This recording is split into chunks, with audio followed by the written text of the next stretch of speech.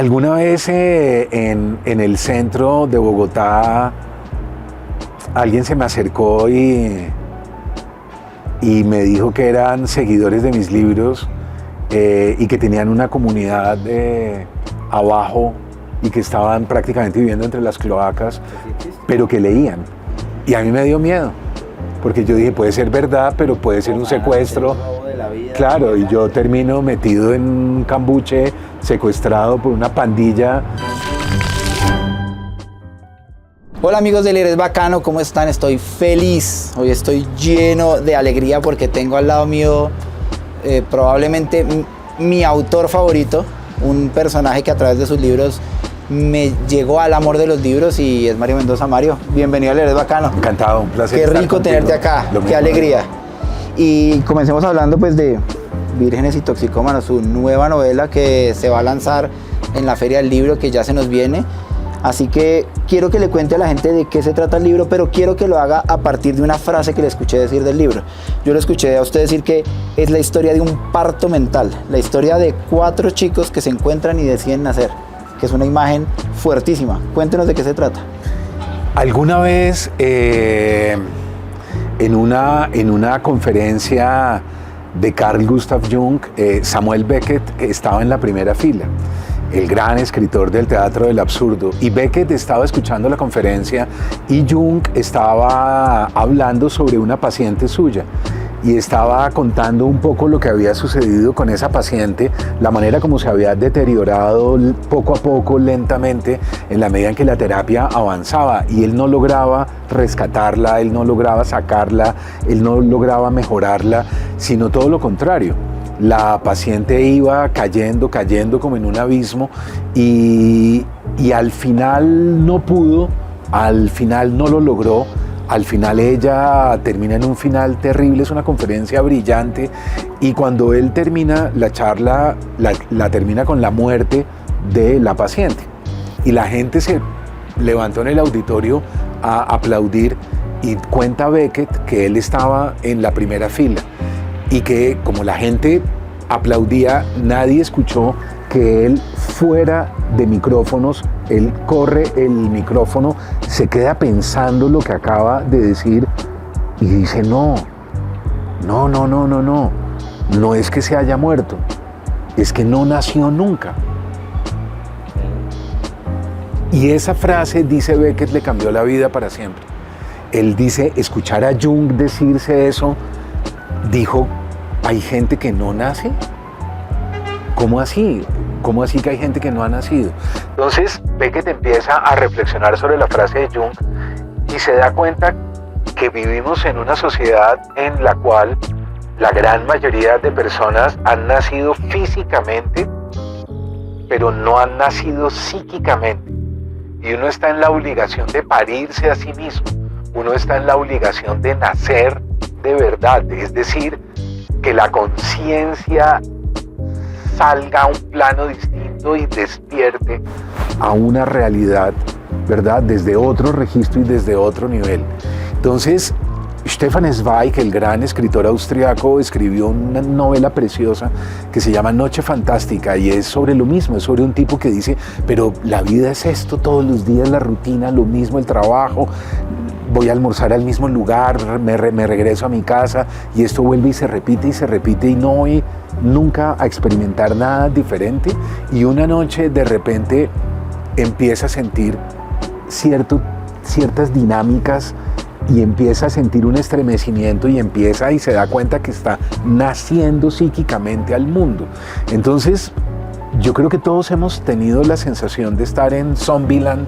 Okay. Con una cantidad de gente preocupada toda por lo mismo, el estatus, el dinero, la plata, el éxito, los likes, todo el mundo está un poco adormecido en las mismas cosas, ¿verdad?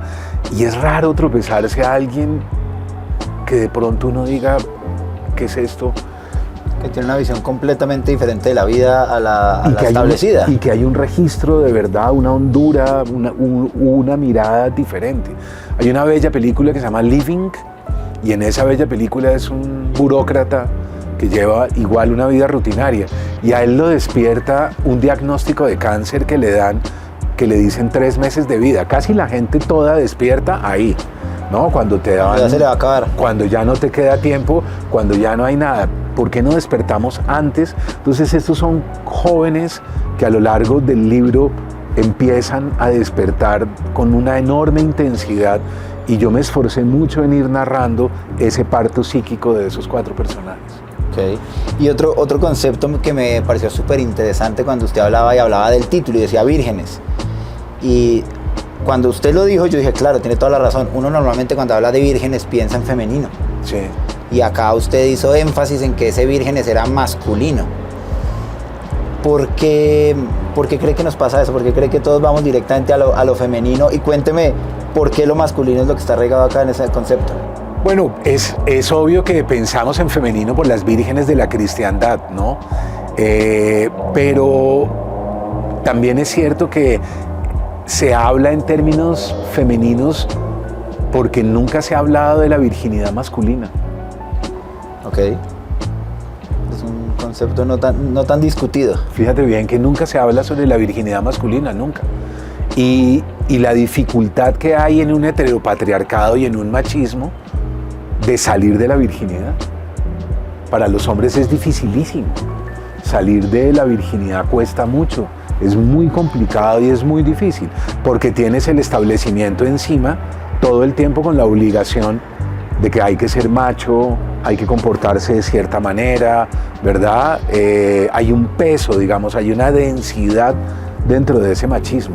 Entonces estos son 2 chicos, dos estudiantes jóvenes universitarios discapacitados que fuman marihuana y hablan entre ellos y charlan, son muy inteligentes, muy sensibles, y en algún momento uno de ellos le dice al otro, somos la tristeza de Dios, y el otro le dice, sí, que somos realmente vírgenes y toxicómanos. Y ellos piensan, ¿cómo vamos nosotros en algún momento a llegar a la cama? ¿Qué chica se va a acostar? Ellos son heterosexuales los dos. ¿Qué chica se va a acostar con nosotros? ¿Quién nos va a amar? ¿Quién va a llegar al lecho a compartir con nosotros? ¿Quién se va a enamorar de nosotros si somos un tipo en una silla de ruedas y el otro en muletas? Nadie. Y el dolor de la virginidad de ellos es algo que a mí me preocupaba mucho a lo largo del libro. ¿Alguna experiencia o algún conocimiento personal que lo haya llevado a buscar esta historia? Claro, yo estuve hablando con, digamos, yo vi un documental que me encantó, Crip Camp, un documental de Netflix, sobre la discapacidad, el que está patrocinado por Michelle Obama, okay. Exactamente, en donde habla sobre la discapacidad y la lucha por los derechos civiles y constitucionales de los discapacitados en los años 60, pero hay unos capítulos muy bellos de ese documental sobre el deseo y sobre la mecánica del deseo en los discapacitados. No, es muy bello verlos a ellos hablar sobre sus cuerpos. Sí, que sienten como los demás, pero nadie cree que eso pase. Claro, de cómo se mueren por un beso, por una caricia, de cómo se enamoran con la misma intensidad que las personas que tenemos cuerpos aparentemente normales. Entonces, yo creo que ese tono, esa melancolía, digamos, que hay en el deseo, es algo que a mí me interesa siempre en todos los personajes, bien sean discapacitados o no. Okay. Sí. Mario, ¿y en qué se parece este libro y en qué se diferencia al resto de su obra? Porque uno podría decir que su obra tiene algún hilo conductor similar, pero cuénteme en qué es diferente y en qué se parece. Yo tengo personajes que van como hacia el misterio, hacia lo invisible, hacia zonas o realidades alternas, pero son siempre personajes secundarios o capítulos dentro de libros, y el único libro en el cual yo me he referido de frente a esto es Paranormal Colombia.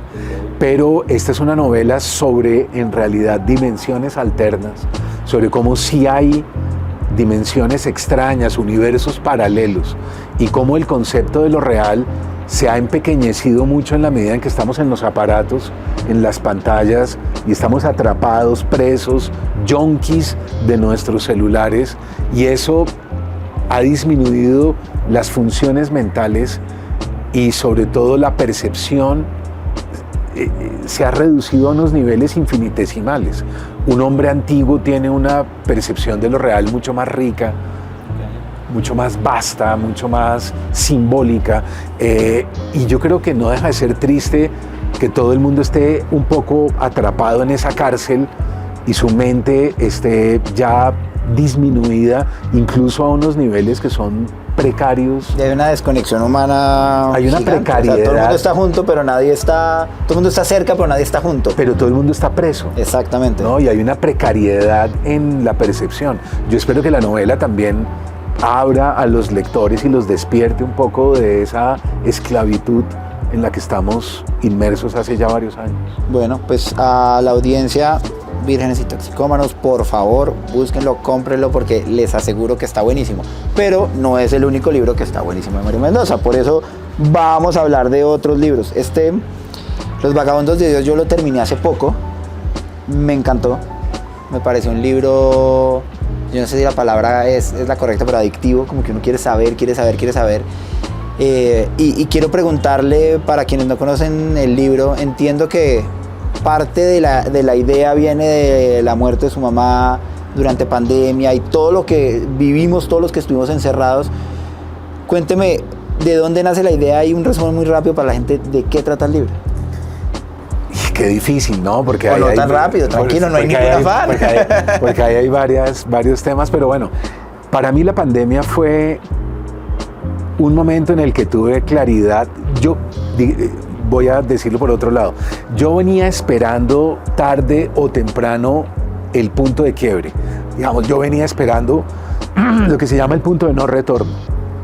Yo dije en algún momento, incluso dije en la Feria del Libro de Medellín del 2017, de 2018, no me acuerdo, pero ahí un par de años antes, yo dije que se venía una pandemia. Ok. O sea, yo dije abiertamente, por ahí está grabado y por ahí alguien lo sacó en redes, apenas apareció la pandemia, lo rotaron mucho en redes.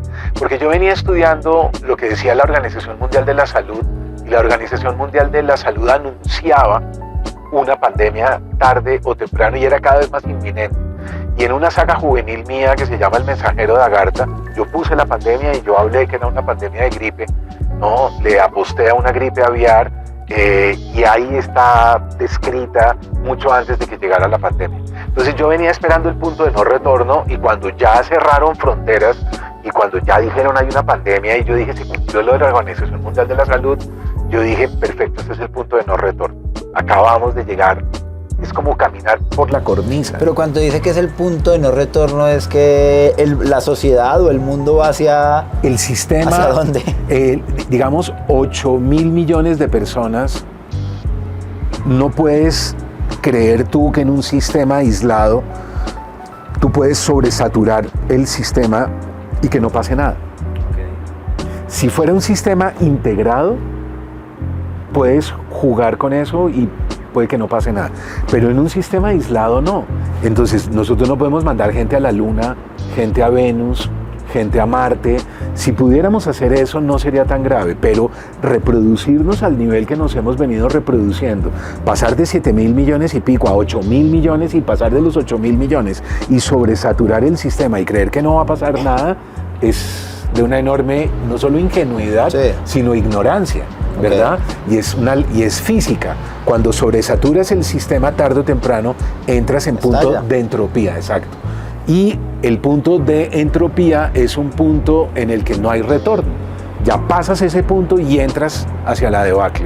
Entonces yo venía esperando ese punto y yo dije no podemos seguir sobresaturando, consumiendo al nivel que estamos consumiendo, degradando el planeta, contaminándolo al nivel al que venimos. Ya hemos contaminado peces, hemos contaminado ríos, hemos contaminado ballenas, hemos vuelto el océano un desperdicio completo y unos basureros enormes. Tú sabes que hay islas flotantes, sí, que son basura, ¿verdad? Hemos llenado el espacio cósmico de objetos y de cosas que están flotando. Quería pensar que había basura espacial. ¿Sí? Basura espacial, imagínate eso, que es una cosa. Y ya nosotros mismos estamos consumiendo una cantidad de productos y de cosas que son completamente tóxicas. ¿Cómo es posible que sigamos y seguimos manejando y seguimos con componentes fósiles y seguimos degradando y que no pase nada. No, en algún momento tiene que pasar algo. Entonces, cuando entra el cambio climático y cuando entra la pandemia, yo tengo claridad sobre eso. Y eso cambia la mente también y cambia nuestra manera de estar en el mundo y nuestra psicología. Fíjate bien que la verdadera pandemia no fue la pandemia, la verdadera pandemia fue una pandemia que estaba escondida dentro de la pandemia, que es la salud mental. Okay. Ahí estalló todos los problemas de salud mental que hemos venido sufriendo. Entonces yo quería que un protagonista que es muy cercano a mí, es una novela que tiene mucho de autobiografía, viviera y experimentara ese punto de quiebre, ¿no? Ese breakpoint, ese turning point, porque es más un punto de giro, y cómo entra en el delirio y en la locura. Y yo sentí que a mí me sucedió eso, yo sentí que la pandemia estábamos entrando en el delirio generalizado y de alguna manera lo estamos viendo. Yo creo que ya la política mundial, todo, la guerra en Ucrania... Lo que está pasando en Estados Unidos es una locura impresionante. Y la guerra de Ucrania es inmediata, ¿te acuerdas? Sí. Pasa la pandemia y enseguida estalla una microguerra mundial en la cual seguimos ¿Usted atrapados. ¿Vivió la pandemia solo, acompañado? Solo.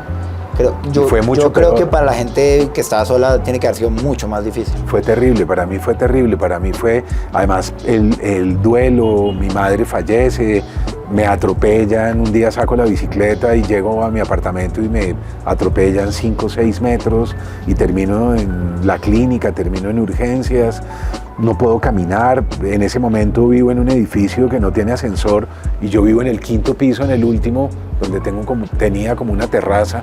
Entonces, subir y bajar 5 pisos, incapacitado, no podía ni amarrarme los zapatos, entonces tuve que llamar enfermeras que me cuidaran, que me ayudaran a bañarme, a todo, y ese nivel de discapacidad me prepara de alguna manera para esta otra novela de la que acabamos de hablar, y es que yo de verdad durante muchos meses no pude moverme y no fui dueño de mi cuerpo. Y yo creo que eso me ayudó a entender un poco a estos dos personajes que vendrían después. Ok. Mario, hay una, yo no sé si es una escena, un concepto, una idea en Los Vagabundos de Dios que a mí me causó mucha curiosidad, pero la sentí muy viable, que no sé si es real o no, pero la vi muy viable, y es que todo este proceso del estallido social estaba siendo liderado por una sociedad subterránea, por unas personas que viven abajo de Bogotá, en las entrañas, y desde ahí lideran todo. ¿De dónde viene esa idea? Alguna vez en el centro de Bogotá alguien se me acercó y me dijo que eran seguidores de mis libros y que tenían una comunidad abajo y que estaban prácticamente viviendo entre las cloacas, Sí existe. pero que leían. Ok. Y entonces me dijo, si quiere acompáñeme y le muestro dónde hicimos cambuches y dónde nos estamos moviendo. Y a mí me dio miedo, porque yo dije, puede ser verdad, pero puede ser un secuestro. El robo de la vida. Claro, sí, y yo termino metido en un cambuche, secuestrado por una pandilla que finalmente me va a descuartizar y no fui capaz de irme porque yo estaba solo, no podía llamar a alguien para poderle avisar, pero en la medida en que fui preguntando y preguntando, me dijeron que son muchas las zonas en donde hay gente debajo de los puentes ya con cambuches largos de 10, 15 metros adentro de los puentes. O sea, ese concepto no es tan ficticio. No, y poco a poco me di cuenta que no somos la única ciudad. Hay muchas ciudades en donde está pasando lo mismo, en donde la gente está viviendo en ciudades carpa, está viviendo en cambuches, está viviendo en pequeñas sociedades que se están organizando en los subterráneos y en los sitios más como descampados donde nadie los moleste. Y me pareció fascinante porque en el 21N yo conecté con una secta religiosa que estaba esperando el advenimiento del Mesías. Y se fue mezclando todo con todo y yo dije, este es el delirio total, ¿no? Y también ahí pasó la toma del Capitolio, ¿te acuerdas? Sí, vimos el Capitolio de los Estados Unidos, sí, en Washington, pero vimos a un tipo que se llama Jake Angeli. Vimos a un tipo con cuernos de de los chamán. cuernos que estaba montado casi que en la oficina de Pelosi. Exactamente, de Nancy Pelosi. Sí. Y te acuerdas que era como un rito chamánico y un tipo pintado tomándose el Capitolio. Esa escena era completamente delirante, de acuerdo, salida de una película distópica de ciencia ficción. Y entonces yo dije, ¿qué está pasando? ¿Qué es esto? Ciudades subterráneas, ya en nuestra propia ciudad, al mismo tiempo sectas que están esperando el advenimiento. Yo me estudié a Jake Angeli mucho, yo empecé a rastrearlo para ver quién era ese fulano y cómo había llegado ahí vestido de ese modo. Se nos haga raro que en cualquier momento termine el gobierno de Trump. Y no te imaginas lo increíble, y ahí se fue tramando la novela poco a poco, lentamente. Pues increíble este libro, para quienes no lo tienen, por favor, búsquenlo. A mí me encantó, Los Vagabundos de Dios, pero yo me tomé el atrevimiento de traer. Yo diría que es el primer libro que, como dice la gente, no pude parar de leer. Okay. Que lo cogí y fue como, ¿qué es esta sensación de no quererme acostar, de no querer hacer nada porque tengo que saber qué pasa? Y eso que uno sabe un poco ¿para dónde va? La historia y para dónde viene. Creo que no es necesario que hablemos de la historia del libro porque todo el mundo la conoce, pero yo sí quiero saber qué representó para usted y qué representa hoy en día en su corazón y en su historia como escritor, Satanás. Satanás aparece, fíjate, en el 2002 con el premio Seix Barral. Ya más de 20 años. Ya más de 20 años. Pucha, ¿cómo pasa el tiempo? Y a mí lo que me gusta, me sigue gustando de ese libro, es que en ese momento solo muy pocos psiquiatras habían logrado detectar lo que se llama un spree killer, un asesino relámpago o un asesino itinerante. Que es un poco eso que pasa en los colegios gringos, que llega un tipo, 3 rifles, y pum. En ese momento había pasado solamente con Columbine. Sí. ¿Te acuerdas? Columbine, si no recuerdo mal. El del documental de Michael Moore.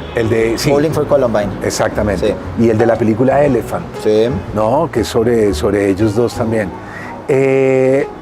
Columbine, si no recuerdo mal, fue una matanza del 99. Y ahí los psiquiatras en el 2000, 2001 empiezan a pensar algo que no es un serial killer, no es un asesino serial, sino es un spree killer, que es distinto porque no hay un patrón estético entre víctima y víctima. ¿No? Un asesino serial las elige rubias, las elige de jóvenes, de los 24 a los 29, en fin, tiene un patrón y por eso mata acorde. De la misma forma y al mismo personaje, por así decirlo. Exactamente. Pero acá no, acá es un tipo que de un momento a otro estalla y mata lo que va encontrando a su paso. Cerca. Claro, entonces, y eso se repetiría, desde entonces se ha repetido y se ha repetido.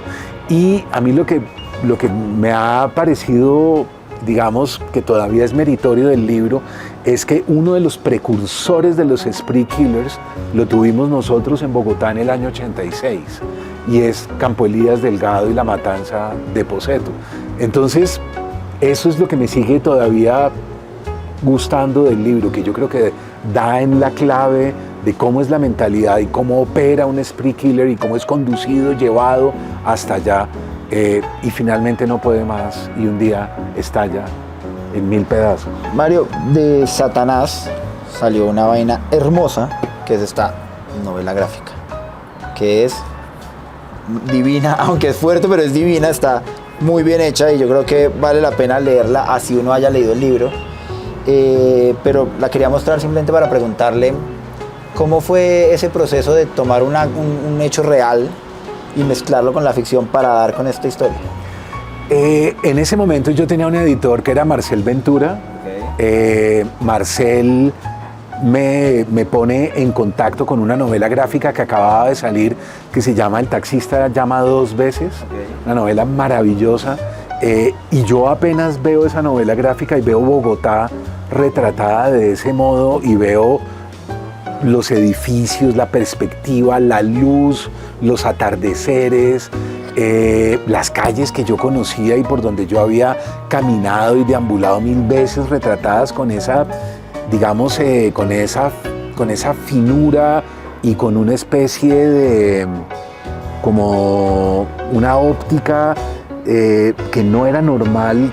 Yo no conocía ilustradores con esos niveles de precisión. Luego me enteraría que Keiko Lano era arquitecto y que era eso lo que lo hacía ser tan sensible a la perspectiva y a los ángulos de las edificaciones, a las texturas y a los colores. Entonces nos pusimos en contacto con Keiko y yo le dije, maravilloso, hablemos con él a ver si le interesa hacer una novela gráfica sobre Satanás, y cuando le propusimos él dijo que no.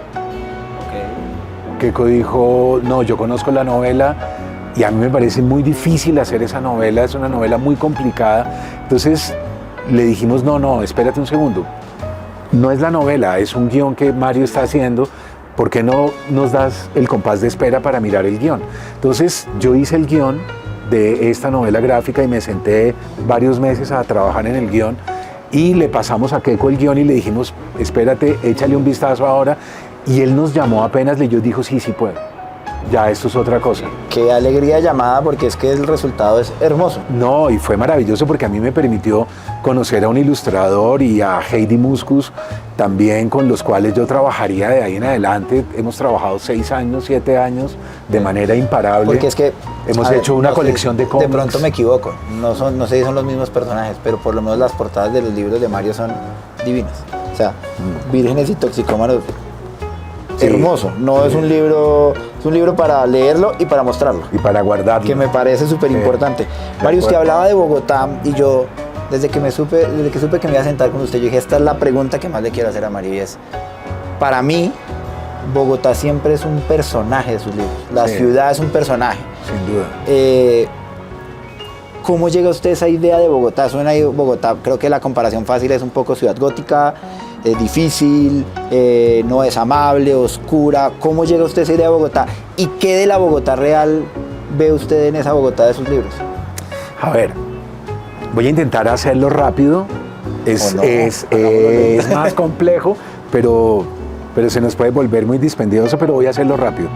A mí lo que me seduce de Bogotá y de una ciudad tercermundista como la nuestra, que lo puedes tener en Bangkok, o lo puedes tener en Ciudad de México, o lo puedes tener en Río de Janeiro también, es decir, en el arquetipo de las ciudades entrópicas del tercer mundo, no en las del primer mundo, sino en las nuestras, es lo siguiente, y Bogotá es muy rica en eso, es que los desplazamientos espaciales son desplazamientos temporales. Entonces, tú estás parado en la Caracas con la Jiménez, y de repente caminas hacia el sur y llegas a la iglesia del Voto Nacional, donde estaba el antiguo cartucho, y entras a la L y entras a la zona de los indigentes, y ese desplazamiento uno dice, no, caminó 4 cuadras, 5 cuadras y ya. No. Entraste en una zona de indiscernibilidad y te transportaste en el tiempo, y de pronto ingresaste en algo que algunos sociólogos llaman factor de prehistoria urbana, es decir, unos tipos barbados con garrotes en la mano, nómadas, que duermen debajo de los puentes como si fueran dólmenes primitivos, andan en sus carros de madera y andan con perros, con jaurías, andan con espadas, que son machetes, y andan con palos, y no hay dónde enviarles un recibo de la luz, un recibo del agua, porque ¿dónde? Porque son nómadas. Porque son invisibles dentro del sistema, y son NNs, ni siquiera tienen cédula de ciudadanía, y hacen fuego, y en las horas de la noche están haciendo fuego. Entonces entras en un factor de prehistoria urbana, pero caminas otras 20 cuadras, llegas a la 9ª con Primera, y a la calle Primera con Carrera 9ª, y entras a un galpón gigante, enorme, donde está el pastor Enrique Gómez con las Biblias, con la Biblia en la mano, y todo el mundo está con la Biblia, y todo el mundo está arrodillado, y los sábados cura, hay unas horas para la sanación, y hay leprosos, purulentos, ciegos, posesos, que llegan, y el pastor cura y sana, y la gente se desmaya. Entonces los sociólogos llaman a eso factor de medievalidad urbana. ¿Caminaste 20 cuadras? No. te fuiste a la Edad Media. 500, 600 años. Exactamente, te fuiste 700 años atrás y de pronto vuelves y caminas y te encuentras a un hikikomori, que son estos chicos que han decidido no salir de la habitación, sufren de síndrome de la cabaña y se la pasan en sus computadores y en sus videojuegos. Viven en su pantalla. Y viven ahí, y un hikikomori es el futuro. Entonces, ¿cómo narrar una ciudad en donde estás en la prehistoria, estás en la Edad Media y estás en el futuro? ¿Cómo construyes un hilo de araña para narrar esos viajes, esa geología urbana? Eso es mi obra. Mario, y eso es Bogotá. Increíble descripción. Eso. Bueno. Muchas gracias. Yo quiero cerrar pidiéndole un favor. Como le comentaba, este espacio se llama Leer es Bacano. Usted en algún momento dijo Leer es Resistir. Yo le pongo Leer es Bacano, pero esperemos que vamos hacia el mismo lado, y es: dígale a las personas por qué vale la pena leer, por qué leer es entretenido, es sexy, te hace una persona más chévere, más culta, más inteligente, más atractiva. Cuéntenos por qué leer vale la pena. Bueno, yo diría dos cosas. Una, la mayoría están en el odio que genera las redes sociales. El odio es viral, es una acción, una pasión viral transpolítica. Y las redes nos han arrastrado a lo peor de nosotros mismos. Han sacado una bestialidad y una conducta del cerebro reptil que es sumamente triste. Yo creo que no somos la mayoría, pero sí somos muchos los que nos negamos a entrar ahí ya y no queremos seguir desarrollando el cerebro reptil. Nosotros sí creemos en la civilización y creemos en que es posible nuevas dimensiones del lenguaje para poder solucionar los conflictos. Creemos en la democracia, creemos en la libertad, creemos en la Revolución Francesa, que es solidaridad, fraternidad, igualdad, ¿no? Y resistirnos creo que vale la pena. Y la lectura es un mecanismo de resistencia civil, son focos de resistencia civil en contra de un sistema que cada vez tiende a embrutecernos más. Y por el otro lado, yo creo que la lectura es un acto mágico, nos desdobla y nos da la posibilidad de ser muchos.